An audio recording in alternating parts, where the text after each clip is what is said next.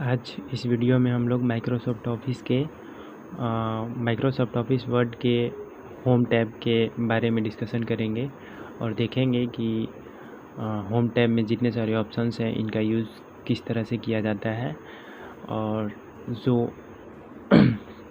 ये होम लिखा हुआ है, insert, page layout, references, mailings, review and view, तो इन सभी को हम लोग टैब बोलते हैं। हर टैब में बहुत सारे ग्रुप्स होते हैं, जैसे ये क्लिपबोर्ड ग्रुप है, फंट ग्रुप है, पैराग्राफ ग्रुप है, स्टाइल्स ग्रुप है और एक एडिटिंग ग्रुप है।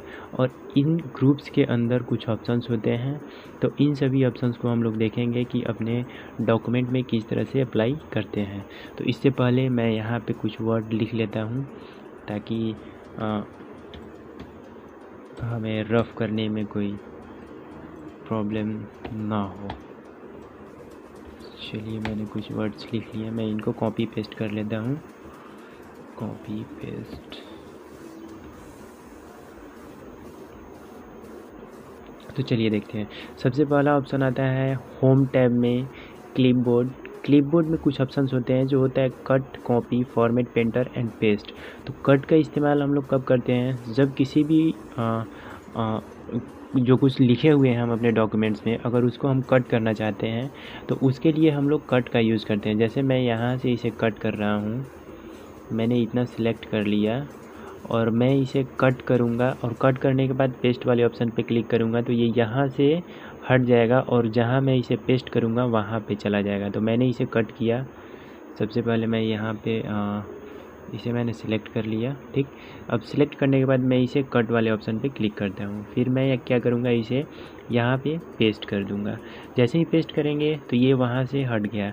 मीन्स कट का यूज़ तब करते हैं जब किसी लिखे हुए डॉक्यूमेंट्स में कुछ लिखा हुआ है, अगर उसे हम किसी और जगह पेस्ट करना चाहते हैं तो इसके लिए हम कट ऑप्शन का यूज़ करते हैं। कॉपी ऑप्शन का यूज़ इसलिए करते हैं कि जो लिखा हुआ है हमारे डॉक्यूमेंट में वो वहाँ पे भी रहे और जहाँ मैं पेस्ट करना चाहता हूँ वहाँ पे भी रहे, तो हम लोग कॉपी ऑप्शन का यूज़ करते हैं। जैसे मैंने इसे सिलेक्ट किया, कॉपी वाले ऑप्शन पे क्लिक किया, अपने कर्सर को यहाँ पे क्लिक किया और फिर मैं पेस्ट वाले ऑप्शन पे क्लिक करूँगा तो ये मेरा जो टेक्स्ट था वो वहाँ भी है और यहाँ पे भी ये पैराग्राफ आ गया। तो कट, कॉपी और पेस्ट ऑप्शन का इस्तेमाल इसलिए करते हैं। फॉर्मेट पेंटर को हम लोग देखेंगे कुछ इसमें से फॉर्मेट अप्लाई करने के बाद, क्योंकि तभी ये समझ में आएगा कि फॉर्मेट पेंटर में एक्चुअल में होता क्या है। तो आगे देखते हैं। ये जो ऑप्शंस होता है, हम फंट ग्रुप में आ गए और फंट ग्रुप में देखते हैं कि ये जो फंट का ऑप्शन है इसका यूज़ किस लिए करते हैं। तो हम अगर कुछ लिखे हुए हैं, अपने लैंग्वेज को चेंज करना चाहते हैं तो हम फंट ग्रुप में फंट वाले ऑप्शन को यूज़ करेंगे। यहाँ से हम अपने लैंग्वेज को चेंज कर सकते हैं। अगर हिंदी करना चाहें तो यहाँ से हिंदी भी कर सकते हैं, इसे सेलेक्ट करना होता है। उसके बाद हमारे पास ऑप्शन होता है साइज़ का। साइज़, अगर कुछ लिखे हुए हैं या किसी भी चीज़, कोई ऑब्जेक्ट है इसमें, किसी भी चीज़ के साइज़ को इंक्रीज़ और डिक्रीज़ करने के लिए हम लोग साइज़ ऑप्शन का यूज़ करते हैं। अब इसका यूज़ इसलिए करते हैं, जैसे कैसे इसका यूज़ करते हैं, तो सबसे पहले हमें लिखे हुए टेक्स्ट को सिलेक्ट करना पड़ेगा जिसका हम साइज़ इंक्रीज़ करना चाहते हैं और डिक्रीज़ करना चाहते हैं। तो सबसे पहले मैंने इसे सिलेक्ट कर लिया, साइज़ पे गए और यहाँ से मैं अपना साइज़ बड़ा कर लिया। तो इस साइज़ इंक्रीज़ करने के लिए हम लोग साइज़ ऑप्शन का यूज़ करते हैं। यहाँ पे ये होता है grow font and shrink font. इस ऑप्शन का यूज़ भी इसलिए होता है, साइज़ के लिए ही होता है, लेकिन इसमें होता क्या है कि हम डायरेक्ट 1 बाय 1 क्लिक करके इसे हम लोग साइज़ इंक्रीज़ और डिक्रीज़ कर सकते हैं। जैसे मैंने इतना सेलेक्ट कर लिया है और मैं चाहता हूँ इसका साइज़ बड़ा हो, तो ग्रो वाले ऑप्शन पे क्लिक करेंगे और इसका साइज़ बढ़ता जाएगा। जितना क्लिक करेंगे उतना बड़ा होता जाएगा। छोटा करने के लिए श्रिंक फॉन्ट वाले ऑप्शन पे क्लिक करेंगे, ये श्रिंक फॉन्ट का ऑप्शन है और इस पर जैसे ही क्लिक करेंगे हमारा साइज़ छोटा होता जाएगा। इसके बाद हमारे पास ऑप्शन आता है क्लियर फॉर्मेटिंग है। क्लियर फॉर्मेटिंग ऑप्शन जो होता है इसका यूज़ करते हैं अगर हमने कुछ फॉर्मेट अप्लाई किया हुआ है। जैसे मेरा ये पहले से छोटे साइज़ का था, 12 या 11 साइज़ रहा होगा इसका, मैंने इसे साइज़ इसका बड़ा कर दिया है। अगर मैं चाहता हूँ कि मैंने जो साइज़ बड़ा किया हुआ है वो साइज़ मेरा हट जाए और ये बाय डिफ़ॉल्ट हो जाए जैसा था, तो उसके लिए हम लोग पहले उसको सिलेक्ट करेंगे। सिलेक्ट करने के बाद क्लियर फॉर्मेटिंग वाले ऑप्शन पे क्लिक करेंगे और ये हमारा जो जैसा था वैसा हो गया। तो क्लियर फॉर्मेटिंग का ऑप्शन का यूज इसलिए करते हैं। B for bold, I for italic, U for underline, ये होता है स्ट्राइक थ्रू, ये होता है सब स्क्रिप्ट, ये होता है सुपर स्क्रिप्ट और इसे हम लोग बोलते हैं चेंज केस। ये होते हैं हाईलाइट, टेक्स्ट कलर और ये होता है टेक्स्ट कलर। तो इन सभी को देखते हैं। बोल्ड, बी फॉर बोल्ड, इसका मतलब हम कुछ बोल्ड लिखना चाहते हैं, थोड़ा सा उसे गाढ़ा मोटा करना चाहते हैं, तो हम इस ऑप्शन का यूज़ करते हैं। सबसे पहले मैंने एक पैराग्राफ को सिलेक्ट कर लिया है और उसके बाद मैं बी वाले ऑप्शन पे क्लिक करूँगा तो ये हमारा जो पैराग्राफ लिखा हुआ है वो बोल्ड हो जाएगा। इसी तरह आई वाले ऑप्शन पे इटैलिक करना चाहते हैं तो देखते हैं कि इटैलिक जो आई ऑप्शन है या इटैलिक का यूज़ किस तरह से करते हैं। तो सबसे पहले हम अपने पैराग्राफ को सिलेक्ट कर लेंगे और उसके बाद आई वाले ऑप्शन पे क्लिक करेंगे तो मैंने जो लिखा हुआ रहेगा वो इटैलिक हो जाएगा, मीन्स थोड़ा सा तिरछा, थोड़ा सा टेढ़ा हो जाएगा। फिर उसके बाद आता है अंडरलाइन। अगर मैं चाहूँ, ये जो मैंने पैराग्राफ लिखा हुआ है इसमें मैंने एक लाइन को सिलेक्ट कर लिया हुआ है और मैं चाहता हूँ इसके नीचे लाइन आ जाए। अंडरलाइन करने के लिए हम यू वाले ऑप्शन पे क्लिक करेंगे तो हमारा जो सेलेक्टेड लाइन है वो अंडरलाइन हो जाएगा। इसमें भी बहुत तरह के अंडरलाइन के ऑप्शंस होते हैं। तो और भी ऑप्शंस देखने के लिए हम इस ड्रॉप डाउन मेन्यू पे क्लिक करते हैं। जैसे ही हम क्लिक करेंगे यहाँ पे बहुत सारे ऑप्शंस दिखेंगे। तो अगर हम चाहते हैं कि ये जो मेरा पैराग्राफ है इसमें सेकंड लाइन से ये लास्ट तक यहाँ तक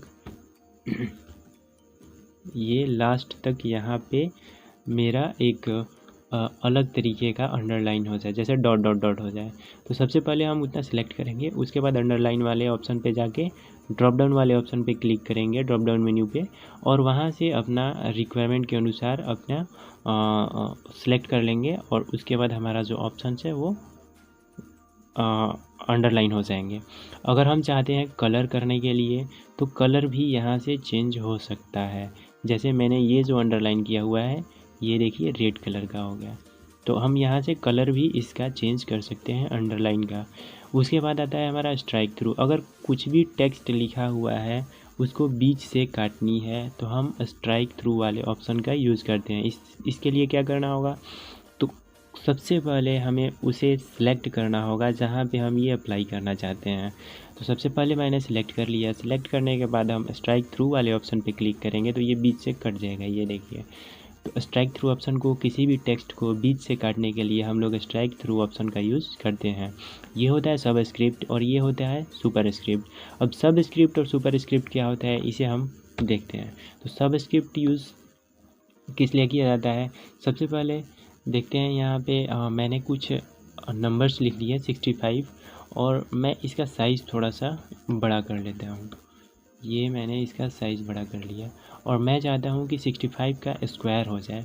तो मैं सबसे पहले क्या करूँगा, स्क्वायर लिखना है तो सुपर स्क्रिप्ट को क्लिक करूँगा, उसके बाद मैं 2 लिख दूँगा यहाँ पे। तो ये जो हमारा टेक्स्ट लिखा हुआ है वो स्क्वायर के फॉर्म में आ जाएगा। अगर यही मैं चाहता हूँ कि जो 2 लिखा हुआ है वो नीचे आ जाए तो उसके लिए हमें सब स्क्रिप्ट पे क्लिक करना है आफ्टर सेलेक्टिंग द टेक्स्ट। तो सबसे पहले टेक्स्ट सेलेक्ट करने के बाद उसके बाद हमें ऑप्शन, जिस ऑप्शन को परफॉर्म करना है उस पर क्लिक करना पड़ता है।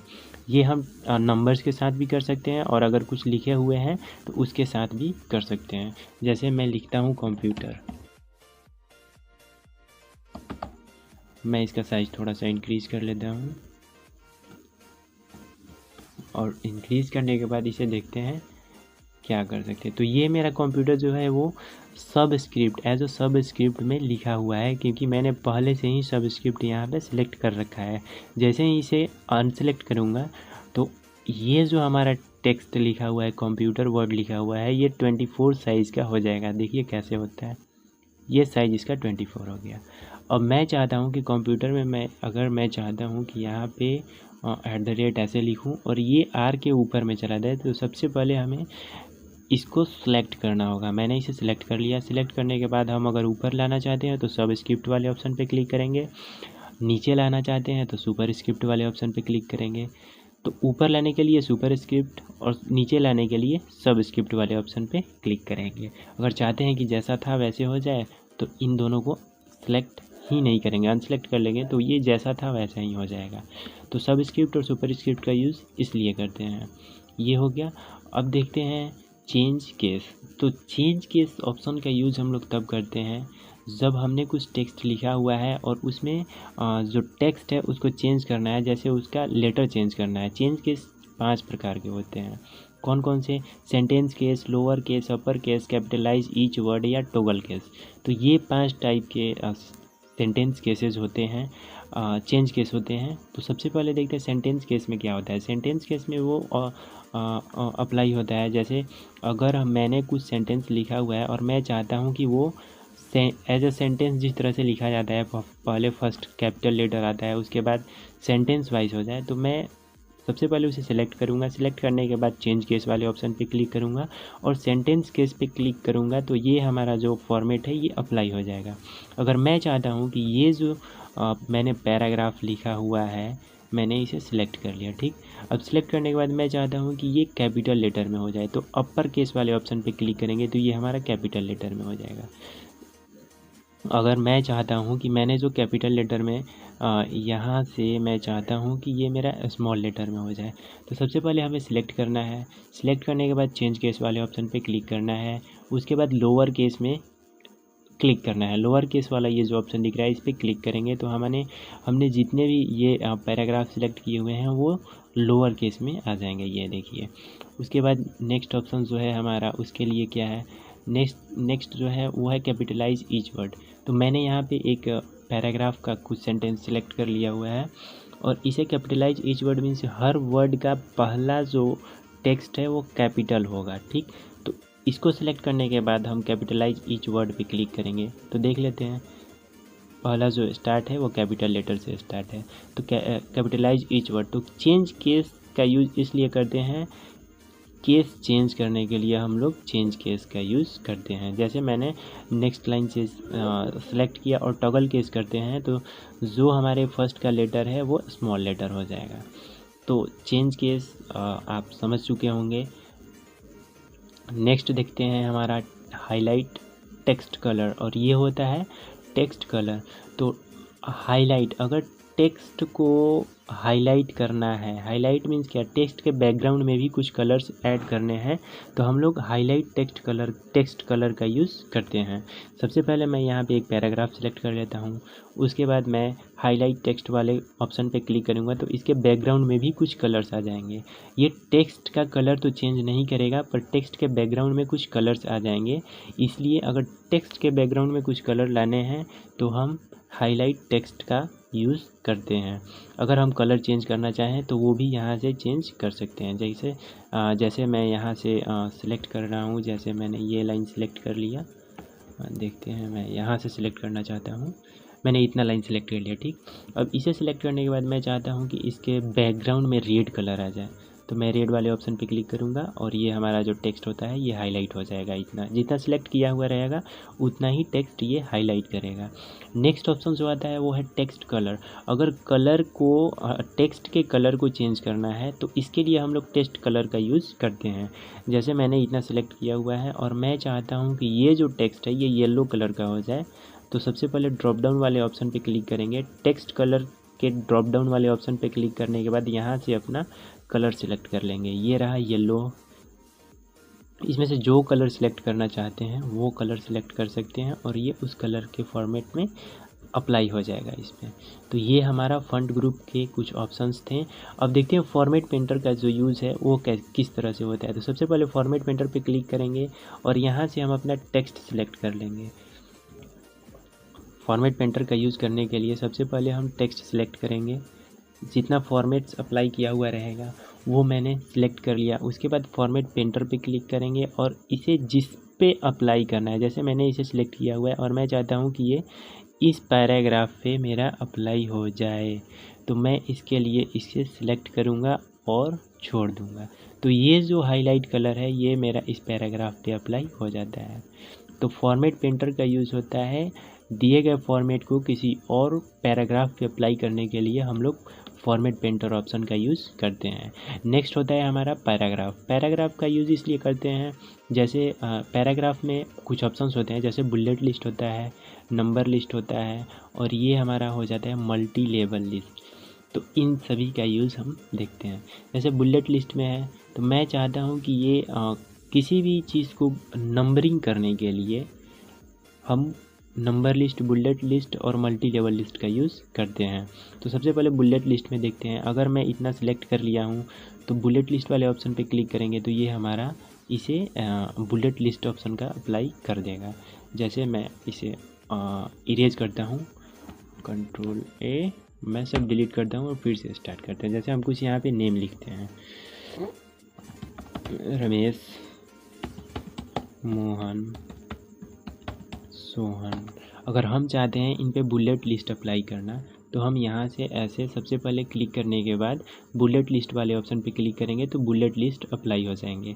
अब इसमें भी अलग अलग प्रकार के लिस्ट आते हैं। जैसे ड्रॉप डाउन मेनू पे क्लिक करने के बाद यहाँ पे दिखता है ये साइन वाला, ये इस तरह के चेंजेस होते रहते हैं। तो बुलेट लिस्ट इसलिए यूज़ होता है। इसी तरह से नंबर लिस्ट भी होते हैं। जैसे अगर मैं यहाँ पे कुछ पैराग्राफ लिख दूँ, जैसे मैंने लिखा इज इक्वल टू 1 2, ठीक, मैं इसे कॉपी पेस्ट कर लेता हूँ।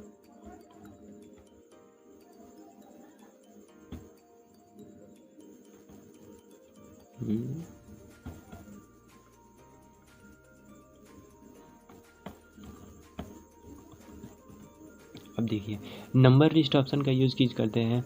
जैसे हम अगर किसी चीज़ को नंबरिंग करना चाहते हैं तो हम नंबर लिस्ट ऑप्शन का यूज़ कर सकते हैं।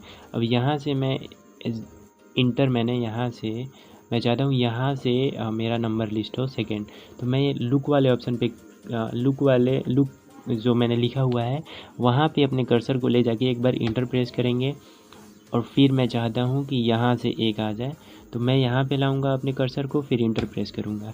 तो मैं चाहता हूँ कि ये जो 3 लाइन है ये मेरा as a number list display करे। तो सबसे पहले हम इन तीनों लाइन को सिलेक्ट कर लेंगे। सिलेक्ट करने के बाद नंबर लिस्ट वाले ऑप्शन पे क्लिक करेंगे और किस तरह का नंबर चाहते हैं वो यहाँ पे हम सिलेक्ट करेंगे। तो हम चाहते हैं 1 2 3 तो ऐसे आ जाएगा। इस तरह का चाहते हैं तो इस पर क्लिक करेंगे। ABC चाहते हैं तो ABC वाले ऑप्शन पे क्लिक करेंगे। ये चाहते हैं तो इस पर क्लिक करेंगे तो हमारा जो ये नंबर लिस्ट है ये अप्लाई हो जाएगा। अब मल्टी लेवल लिस्ट क्या होता है। तो मल्टी लेवल लिस्ट होते हैं कि दिए गए नंबर्स के अंदर नंबर्स ऐड करने के लिए हम लोग मल्टी लेवल लिस्ट का यूज़ करते हैं। जैसे मैंने यहाँ पे इंटर किया, फिर इंटर किया, फिर इंटर किया, फिर इंटर किया, फिर इंटर किया और मैं चाहता हूँ कि इसमें मल्टी लेवल लिस्ट अप्लाई हो जाए। तो सबसे पहले देखते हैं कि किस तरह से मल्टी लेवल लिस्ट अप्लाई होता है। सबसे पहले हम जितने को मल्टी लेवल लिस्ट अप्लाई करना रहेगा उतना सिलेक्ट कर लेंगे। सिलेक्ट करने के बाद मल्टी लेवल लिस्ट वाले ऑप्शन पे क्लिक करेंगे, उसके ड्रॉप डाउन मेनू पे क्लिक करेंगे और सिलेक्ट कर लेंगे कि हमें कहाँ से कहाँ तक मल्टी लेवल लिस्ट अप्लाई करने हैं। तो ये सारे ऑप्शंस होते हैं इसमें, इनमें से एक को हम क्लिक करके देखते हैं। जैसे 1 आ गया,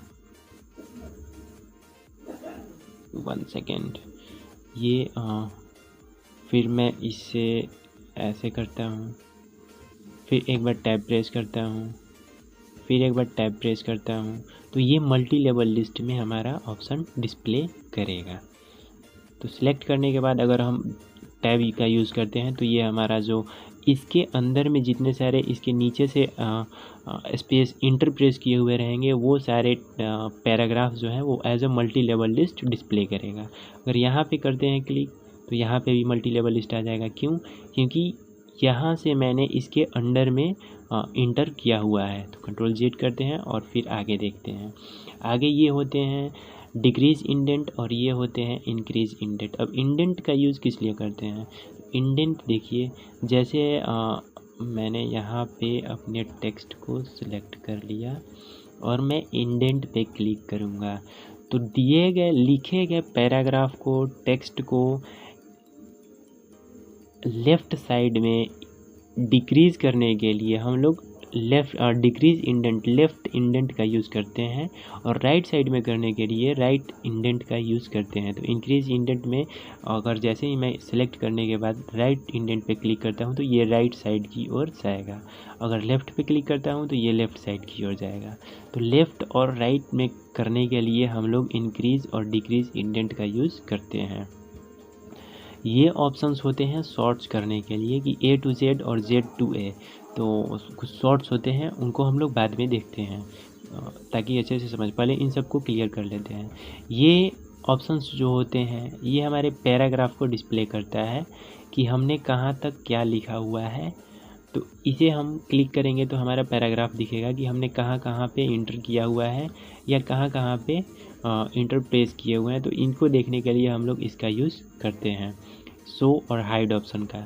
इसे मैं क्लिक करता हूँ, हटा देता हूँ। ठीक, अब ये ऑप्शंस जो होते हैं वो अलाइनमेंट का ऑप्शन होता है।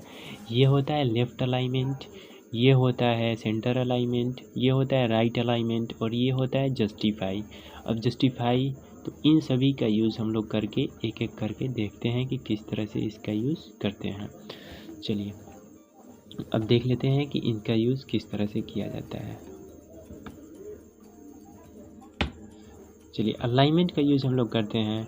जो हमारा पैराग्राफ लिखा हुआ है उसे लेफ़्ट साइड से करने के लिए हम लोग लेफ़्ट अलाइनमेंट का यूज़ करेंगे। जैसे मैंने इतने को सिलेक्ट कर लिया है, अब मैं चाहता हूँ कि ये हमारा राइट साइड में आ जाए, तो राइट अलाइनमेंट पे क्लिक करेंगे तो ये राइट साइड से हो जाएगा। मैं चाहता हूँ सेंटर अलाइनमेंट हो, मीन्स बीच में हो जाए, तो ये मैं सेंटर अलाइनमेंट पे क्लिक करूँगा तो ये हमारा जो लास्ट का पैराग्राफ रहेगा वो हमारे सेंटर में, पेज के सेंटर में आ जाएंगे। ये होते हैं लेफ़्ट अलाइनमेंट, लेफ़्ट करने के लिए। और ये होता है जस्टिफाई, मीन्स सभी को एक अच्छा सा मतलब अच्छे फॉर्मेट में अप्लाई करने के लिए हम लोग जस्टिफाई का यूज़ करते हैं। आगे ये हम देखते हैं लाइन स्पेसिंग। दो लाइन के बीच में कितने सारे स्पेस रहेंगे उसको जस्टिफाई करने के लिए हम लोग लाइन स्पेसिंग का यूज़ करते हैं। जैसे मैं चाहता हूँ कि जो ऑन के नीचे ये जो लाइन लिखा हुआ है ये थोड़ा सा और नीचे आ जाए, तो लाइन स्पेसिंग के ज़रिए हम इसे थोड़ा सा और डिस्टेंस मैनेज कर सकते हैं। जैसे मैंने इस पर क्लिक किया और मैं चाहता हूँ कि इसका डिस्टेंस जो 2.5 हो जाए, तो ये देखिए यहाँ से जितने सारे लाइन हैं इस पैराग्राफ के वो इतने डिस्टेंस पे आ गए हैं। अगर मैं चाहता हूँ कि थोड़ा सा कम हो जाए तो मैं सिंपल इस पर क्लिक करूँगा और मैं चाहता हूँ 1 हो जाए तो 1 रेशियो कर सकते हैं। अगर चाहते हैं थोड़ा सा ज़्यादा 1.5 कर सकते हैं, 2 कर सकते हैं, 2.5 कर सकते हैं। तो लाइंस के बीच में स्पेस को इंक्रीज़ और डिक्रीज़ करने के लिए हम लोग लाइन स्पेसिंग का यूज़ करते हैं। ठीक, अब लाइन स्पेसिंग के ज़रिए add space before, remove space after paragraph. अब इसका यूज़ करते हैं। जैसे मैंने ये पैराग्राफ लिखा हुआ है, इसमें देख लेते हैं। तो ये पैराग्राफ लिखा हुआ है तो इसके नीचे में इतना सारा स्पेस बचा हुआ है। अगर हम चाहते हैं कि नीचे के पैराग्राफ का जो स्पेस है वो रिमूव हो जाए तो सबसे पहले इस पर क्लिक करेंगे और लाइन स्पेसिंग पे क्लिक करने के बाद हम रिमूव स्पेस कर देंगे तो हमारा नीचे का जो स्पेस था वो हट जाएगा। अब हम चाहते हैं कि आफ्टर जो बिफोर, इससे पहले जो स्पेस है वो हट जाए, या फिर हम चाहते हैं कि इससे ऊपर में कुछ स्पेस आ जाए, तो सबसे पहले क्लिक करेंगे और ऐड स्पेस बिफोर पे क्लिक करेंगे तो हमारा जो वो स्पेस था वहाँ पे वापस से रिकवर हो जाएगा। ये जो ऑप्शन होता है शेडिंग्स का ऑप्शन होता है। शेडिंग ऑप्शन का यूज़ होता है जैसे हम किसी एक पैराग्राफ को शेड करना चाहते हैं तो हम शेडिंग ऑप्शन का यूज़ करते हैं। शेडिंग ऑप्शन में हम एज अ हाईलाइट होता है, ये भी हाईलाइट कलर की तरह ही होता है। अगर टेक्स्ट को हाईलाइट करना होता है तो हम टेक्स्ट हाईलाइट कर लेते हैं। अब इसमें क्या होता है कि ये टेक्स्ट हाईलाइट ऑप्शन और शेडिंग कलर्स में डिफरेंस क्या होता है। शेडिंग कलर्स जो है वो हमारे पूरे पैराग्राफ को हाईलाइट करता है, लेकिन हाईलाइट टेक्स्ट जो होता है वो हम जितना टेक्स्ट सेलेक्ट किए हुए रहेंगे उतने ही टेक्स्ट को हाईलाइट करेगा। चलिए हमने इतने सेलेक्ट कर लिया और मैं चाहता हूँ इस पर हाईलाइट टेक्स्ट करना, तो हाईलाइट टेक्स्ट करेंगे तो हमने जितना सेलेक्ट किया हुआ है उतना ही टेक्स्ट मेरा हाईलाइट हुआ है। और ये जो ऑप्शन है ये शेडिंग का ऑप्शन है जिसमें हमें पूरा एक पैराग्राफ जो है वो सेट कर दिया है। ये ऑप्शंस होते हैं बॉर्डर्स के लिए। अगर हम चाहते हैं इसमें हमारा कोई बॉर्डर अप्लाई हो तो हम वहाँ से बॉर्डर्स वाले ऑप्शन पे क्लिक करके बॉर्डर को भी अप्लाई कर सकते हैं। जैसे मैं चाहता हूँ मैंने जो ये टेक्स्ट लिखा हुआ है इसके चारों तरफ से बॉर्डर आ जाए, ये जो टेक्स्ट पैराग्राफ है ये अंडर द टेबल के अंदर में आ जाए, तो मैं इस पर क्लिक करूँगा सिंपली और ये जो मैंने पैराग्राफ लिखा हुआ है वो हमारे टेबल के अंदर आ जाएगा। सबसे पहले सिलेक्ट करेंगे और इस वाले ऑप्शन पे क्लिक करेंगे जिसे आउटसाइड बॉर्डर्स कहते हैं। इस पर क्लिक करने के बाद हम चाहते हैं कि ये चारों तरफ से बॉर्डर आ जाए एक, तो आउटसाइड बॉर्डर्स पे क्लिक करेंगे और इसमें आउटसाइड में बॉर्डर आ जाएंगे। तो आज के लिए इतना ही, बाकी का ऑप्शंस कल देखते हैं। या फिर देख ही लेते हैं। ये जो ऑप्शंस होते हैं ये स्टाइल ऑप्शंस होते हैं। अगर हमने जो पैराग्राफ लिखा हुआ है अगर उसे हम स्टाइल अप्लाई करना चाहते हैं उस पर, तो सिंपली हम लोग इसे सेलेक्ट कर सकते हैं और अलग अलग स्टाइल दे सकते हैं उस पैराग्राफ को, उस टेक्स्ट को, लिखे हुए पर्टिकुलर सिलेक्टेड टेक्स्ट को अगर कोई स्टाइल देना हो तो हम यहाँ से स्टाइल दे सकते हैं। ठीक, ये स्टाइल्स, बहुत सारे स्टाइल्स के ऑप्शंस आ जाते हैं, कलर भी चेंज कर सकते हैं यहाँ से। तो स्टाइल देने के लिए हम लोग स्टाइल ऑप्शन का यूज़ करते हैं। फाइंड ऑप्शन का यूज़ करते हैं अगर हम इसमें कुछ सर्च करना चाहते हैं तो हम फाइंड वाले ऑप्शन का यूज़ करते हैं। जैसे मैंने फाइंड पे क्लिक किया, अगर हम सर्च करना चाहते हैं, जैसे हमारा जो डॉक्यूमेंट है वो 10 या 10 से ज़्यादा पेजेस का लिखा हुआ है और उसमें मैं चाहता हूँ कि डॉक्यूमेंट कहाँ कहाँ लिखा हुआ है, तो उसे सर्च करने के लिए हम सबसे पहले फाइंड वाले ऑप्शन पे क्लिक करेंगे जो एडिटिंग ग्रुप में आता है। जो होम टैब के ये जो होते हैं टैब होते हैं, इंसर्ट टैब होते हैं, page layout tab, references tab, mailings tab, review tab, view tab. तो होम टैब के एडिटिंग ग्रुप के फाइंड वाले ऑप्शन पे क्लिक करने के बाद हम लोग किसी भी वर्ड को फाइंड कर सकते हैं। जैसे मैं यहाँ पे डॉक्यूमेंट फाइंड करना चाहता हूँ कि कहाँ कहाँ लिखा हुआ है, तो इसमें मैं सिंपली टाइप करूँगा डॉक्यूमेंट, और डॉक्यूमेंट टाइप करने के बाद यहाँ पे हम फाइंड नेक्स्ट वाले ऑप्शन पे क्लिक करेंगे। तो फाइंड नेक्स्ट का जहाँ जहाँ डॉक्यूमेंट लिखा हुआ रहेगा ये वहाँ हाईलाइट कर देगा। तो जैसे मैंने इस पर क्लिक किया तो डॉक्यूमेंट वाले ऑप्शन पे इसने हाईलाइट कर दिया। उसके बाद मैं फिर नेक्स्ट वाले ऑप्शन पे फाइंड नेक्स्ट क्लिक करूँगा तो नेक्स्ट डॉक्यूमेंट जहाँ लिखा हुआ रहेगा वहाँ ये हाईलाइट हो जाएगा। जैसे नीचे में देखिए, ये देखिए। तो जितने सारे अगर टेक्स्ट हमें सिलेक्ट करने हो, फाइंड करने हो, तो हम फाइंड ऑप्शन का यूज़ करते हैं।